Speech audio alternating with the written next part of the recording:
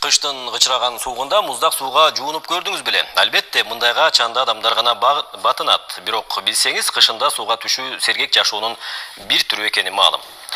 Мына ушундай ынанымды кышы ызгаардуу Теңир тоонун эки жигити карманат. Алар тоонун боорунан оргуштап чыккан суунун алдына 5-10 мүнөткө чейин турушат. 2 жылдан бери бул ыкманы адатка айланткан замандаштар менен аймактык кабарчыбыз Алишер Аскарбеков баарлашкан.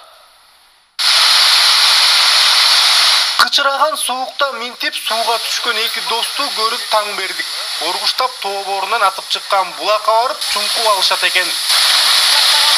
Болгон өзүнүн оюңду шыгаарына эле ушундай бир кичине кыска убакыт болсо да көңүл ачып, дени сергитип эс алуу болуп чыгат да. Бул жерде сууга түшмөк турбай кийимчен араң турасың. Бирок жигиттер бул ыкманы адатка айлантып, 2 жылдан бери ушул жерге келип, муздак сууга чөмүлүп, денелерин чыңдашат.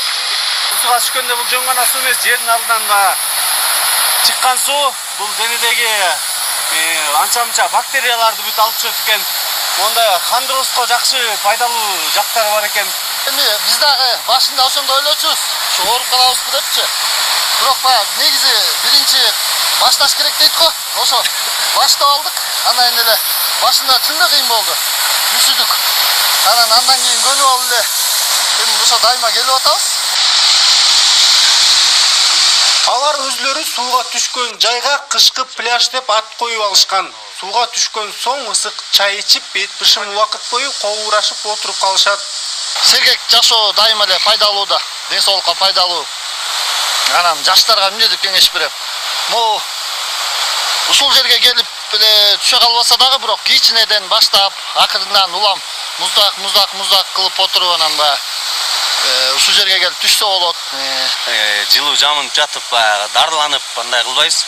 Бул жактан азыр жумуштун мындай түшкү эс алуу убагыбыз азыр. Кайра эле жумуш ордубузга барып, кадимкидей эле кечке чейин иштеп алып, анан кийин үйгө жөнөйбүз. Аяздан коркпогон досторго коомчулук тарабынан сын пикирлер да айтылган. Бирок сергек жашоону адатка айландырган Теңир тоолуктар спорт ден соолуктун мүлкү экенин эскертишет.